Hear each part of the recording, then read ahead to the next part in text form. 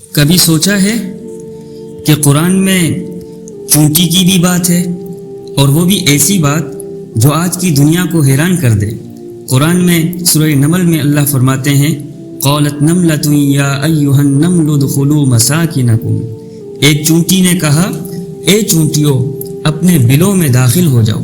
قرآن وہ واحد آسمانی کتاب ہے جس میں چونٹی بولتی ہے، اور سائنس آج مانتی ہے کہ چونٹیاں باقاعدہ ایک دوسرے سے بات کرتی ہیں۔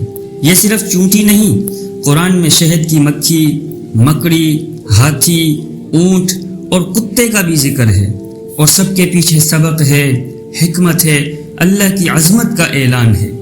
تو سوال یہ ہے جب ایک چونٹی کی بات بھی اللہ نے قرآن میں ذکر کی تو ہم انسان کیسے غافل رہ سکتے ہیں؟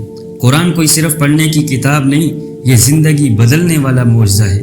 اس ویڈیو کو ضرور شیئر کریں تاکہ لوگ جانیں کہ قرآن صرف ایمان نہیں، علم کا خزانہ بھی ہے۔ اور ہاں، چینل سبسکرائب کریں کیونکہ اگلی ویڈیو میں ہم آپ کو دکھائیں گے کہ قرآن کیسے انسان کا دل پڑھ لیتا ہے۔